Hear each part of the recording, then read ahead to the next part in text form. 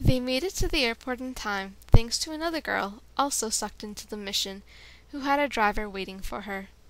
If Caro and her had to run it, she knew that they would probably have missed their flight.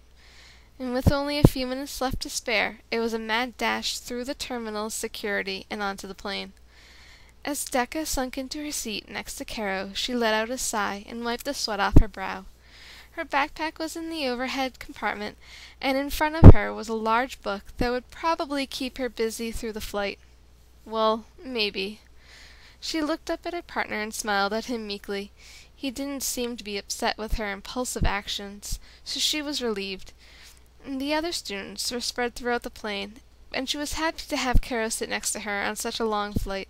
She didn't know what she would have done if she had to sit next to strangers. Absorbed in her reading, she didn't notice the time passing as quickly as it did, and it seemed like in no time at all that the plane was making its descent. The throng of people surged out of the airplane and through customs. Deka looked around at the airport, taking in the sights of a new place. Even though she had flown a few times now, that she remembered at least, she still was getting used to all the travel that came along with being a student of Shibusan. All of a sudden, one of the students grabbed a hold of her arm and started talking loudly at her about not seeing a mission like this, because he was blind. As he yelled "blind joke" at her, her face filled with color, and she was flustered as to what to respond with. I'm sorry to hear that." He laughed and walked away, leaving a very confused and embarrassed Deka in his wake. She turned to Caro, looking for all the answers to the questions that the students had brought up.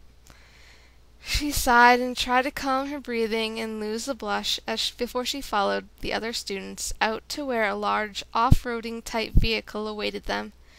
Making sure to climb in only after the blind kid got situated, she settled in for the ride and the continuation of the briefing. When they got to where they were going, they were each given a radio and headphones.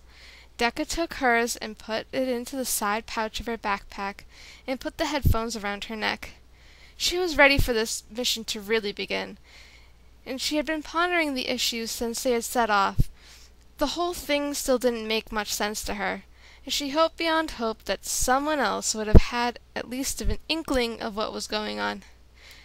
Deka sighs as she looks around at the other students. "We're gonna need a lot of luck."